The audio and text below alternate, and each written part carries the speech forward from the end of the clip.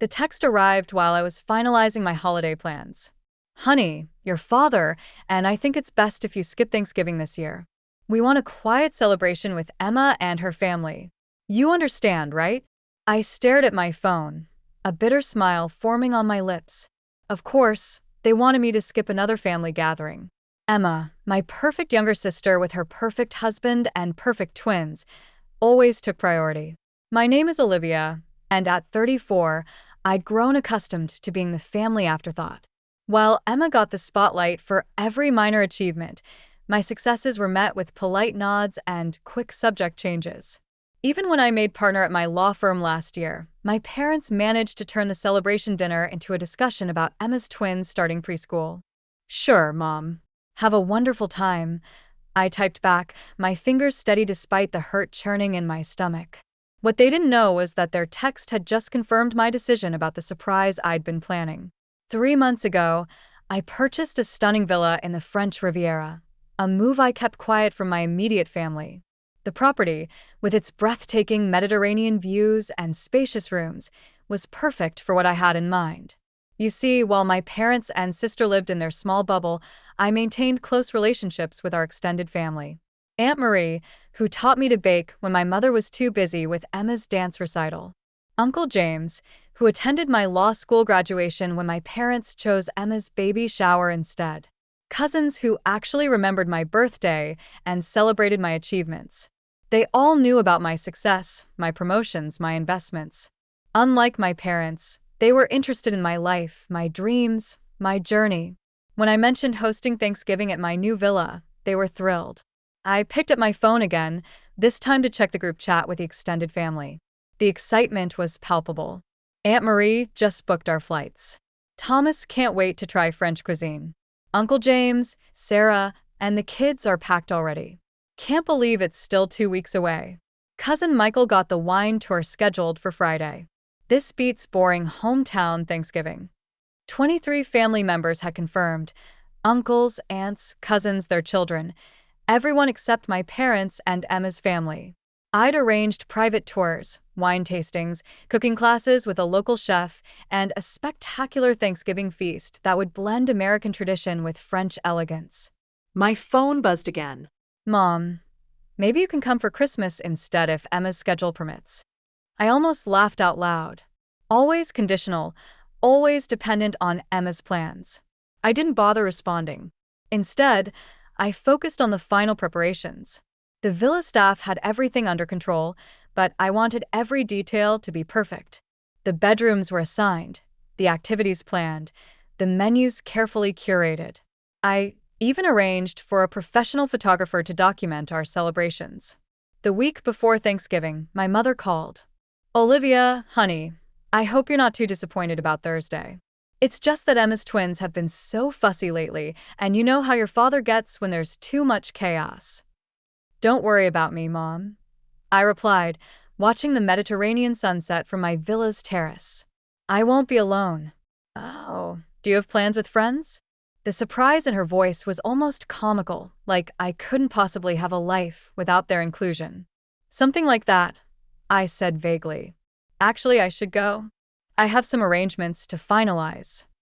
Arrangements? Olivia? You're not working through Thanksgiving, are you? You know how we feel about. Goodbye, Mom. Give my love to Emma and the twins. As I hung up, my Aunt Marie's car pulled into the villa's circular driveway. She and Uncle Thomas had arrived early to help with the final preparations.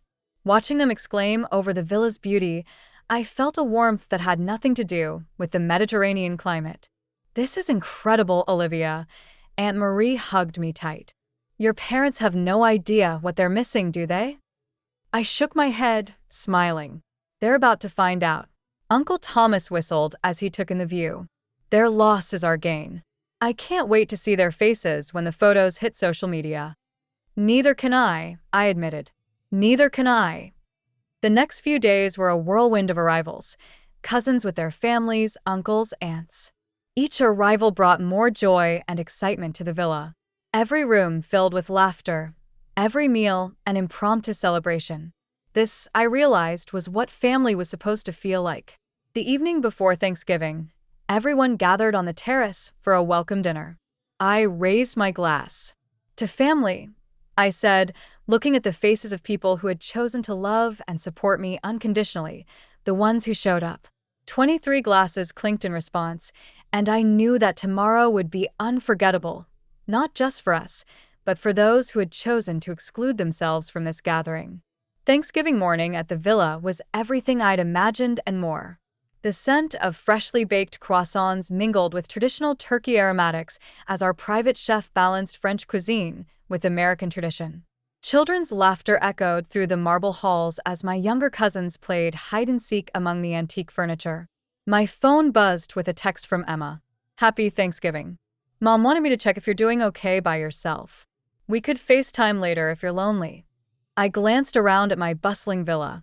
Aunt Marie and cousin Sarah were arranging flowers in the dining room, their animated discussion about table settings punctuated by frequent laughter. Uncle James was teaching the teenagers how to play petanque in the garden while other family members were either helping in the kitchen or exploring the village. Lonely? I hadn't felt this connected in years. "Thanks, but I'm quite busy actually." "Enjoy your quiet celebration," I replied, adding a smiley face for good measure. The photographer I'd hired arrived mid-morning, capturing candid moments of genuine family joy. Every shot was perfect. The sunlit terrace overlooking the Mediterranean, cousins sharing stories over wine, children playing in the manicured gardens, and the elaborate feast being prepared in the gourmet kitchen. "These photos are magazine-worthy," the photographer commented, showing me some preliminary shots. The lighting, the location, the genuine happiness on everyone's faces, it's magical. Around noon, my phone rang. It was Mom. "Olivia, are you sure you don't want to join us for dessert later? Emma's making her famous pumpkin pie." I stepped onto my private balcony, watching Uncle James teach my youngest cousin how to properly throw a petanque ball. "Actually, Mom, I'm in the middle of hosting lunch. Can I call you back?" Hosting? But I thought, the sound of children's laughter and animated conversation must have carried through the phone because she paused. "Where are you exactly?" "France," I replied simply. "The French Riviera, to be specific.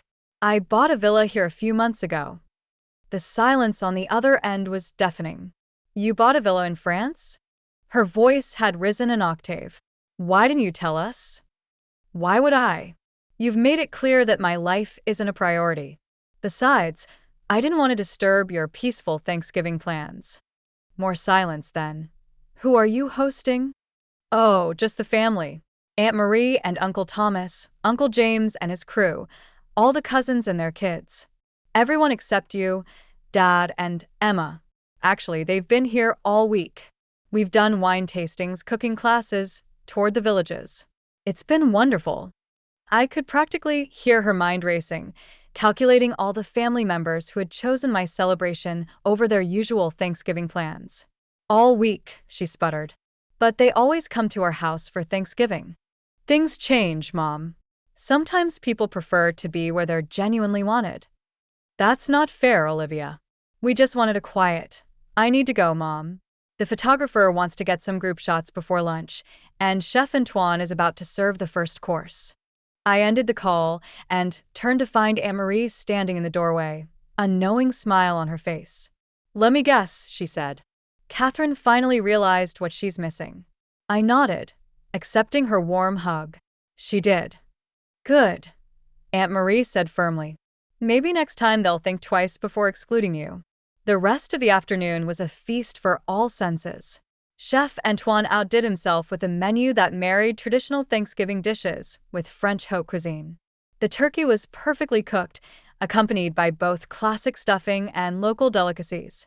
The wine flowed freely, each course paired with selections from nearby vineyards. As we gathered around the long table on the terrace, the setting sun painting the sky in brilliant oranges and pinks, I couldn't help but feel grateful, not for my parents' exclusion, but for the reminder it had given me about what true family means. My phone had been buzzing constantly, texts from Emma, more calls from Mom, even one from Dad. But I ignored them all. Instead, I focused on the moment. Uncle James telling embarrassing stories about his college days, cousins planning tomorrow's adventures, children sneaking extra desserts when their parents weren't looking. The photographer captured everything, each click of his camera preserving memories of what would become our new tradition. Because looking at the joy around me, I knew this wouldn't be a one-time event. This was the beginning of something special. As the evening wound down, I finally checked my phone. Among the missed calls and texts was a notification that Emma had been trying to add me to her Instagram close friends list, something she'd never done before. I smiled, knowing what was coming. Tomorrow, when the photographer's pictures started appearing on social media, when the extended family began sharing their stories and photos of our magnificent French Thanksgiving, my parents would truly understand what their desire for peace and quiet had cost them. But that was tomorrow's drama. Tonight, I had a family to celebrate with, one that had chosen to be here, chosen to include rather than exclude, chosen to create memories together in this beautiful place. And that was something to be truly thankful for. The day after Thanksgiving, I woke up to the sound of waves and excited chatter from the garden. Through my balcony doors, I could see several cousins already enjoying breakfast on the terrace while the children chased each other around the fountain. My phone had exploded overnight. The photographer had delivered the first batch of photos, and as planned, everyone had started sharing them on social media. The images were stunning. Sunset dinner on the terrace, children playing in the Mediterranean garden, elegant table settings with the sea as a backdrop, and countless candid shots of genuine family joy. Aunt Marie had posted an album titled A Thanksgiving to Remember, with a caption that read, "When one door closes, another opens in the French Riviera." Thank you, Olivia, for showing us what family celebration should feel like. The likes and comments were pouring in, including from my parents' social circle. Their country club friends, church group, and neighbors were all commenting on how magnificent everything looked, asking why Catherine and Robert weren't there, wondering about the beautiful villa. Emma called first. "Why didn't you tell me?" she demanded, her voice a mix of anger and envy. "A villa in France, the whole family there. Mom's having a meltdown." "Tell you," I replied calmly, watching the morning sun sparkle on the water. "Like you tell me about your family gatherings? Like you told me about the summer barbecue last month or the twins' birthday party. That's different. Those were small." "No, Emma, it's not different. You and Mom and Dad created your little exclusive circle, and that's fine. I created something better." I could hear one of the twins crying in the background. Emma's voice dropped to a whisper. "Mom's devastated. All her friends are asking questions. The Hendersons even canceled their Christmas dinner with us to accept your invitation to New Year's here." I hadn't even announced my New Year's plans yet, but apparently, the family had done it for me. "Good," I said. "I guess Mom got the peaceful holiday she wanted." "How was it?" Emma was quiet for a moment. "Boring," she finally admitted. Dad fell asleep watching football, the twins were cranky, and Mom kept checking her phone every 5 minutes after your call. It wasn't like Thanksgiving should be." "No," I agreed. It wasn't. After hanging up, I joined the family for breakfast. Uncle James was organizing a boat tour for the afternoon, while Aunt Marie and Cousin Sarah were planning a trip to the local markets. The kids were debating between the beach and the pool, and someone was suggesting a picnic in the vineyard. Then my father called. "Princess," he started, using his negotiating voice, the one he used to use when he wanted me to give up my plans for Emma's sake. "Your mother and I have been talking." "Dad, I'm actually heading out for a boat tour with the family. Can this wait?" "That's what we want to discuss. Family unity. Your mother is very upset about all this." I watched my real family getting ready for their day, laughing and planning together. "I'm sure she is, Dad. But you know what? I was upset, too. Every time you excluded me, every time my achievements were overlooked, every time Emma's needs came first. The difference is I did something positive with that feeling. But buying a villa, hosting Thanksgiving, without telling us? Like you planned holidays without telling me? It doesn't feel good, does it?" He was quiet for a moment. "No," he finally said. "It doesn't. Enjoy your peaceful weekend, Dad. I need to go. Uncle James is waiting." The next few days were a blur of activities, laughter, and memory-making. More photos appeared on social media, Our boat tore along the coast, wine tasting at a historic vineyard, cooking lessons with the chef, sunset dinners in the village. My parents' phones kept ringing with friends asking about the French villa they'd never seen, the family gathering they'd missed, the daughter they'd apparently underestimated. A week later, as the family was preparing to depart, Aunt Marie hugged me tight. "Your parents tried to invite themselves for Christmas," she said. I nodded. "I know, but Christmas is already planned. I'm taking everyone to my chalet in the Swiss Alps." She pulled back, eyes wide. "You have a chalet too?" "Bought it last spring." I grinned. "I think it's time for a new holiday tradition, don't you?" As I waved goodbye to the last departing family members, my phone buzzed with a text from Mom. "Honey, about Christmas. Your father and I have been thinking." I left it unread. Let them think. Let them wonder. Let them finally understand what it feels like to be on the outside looking in. Because sometimes the best revenge isn't about getting even.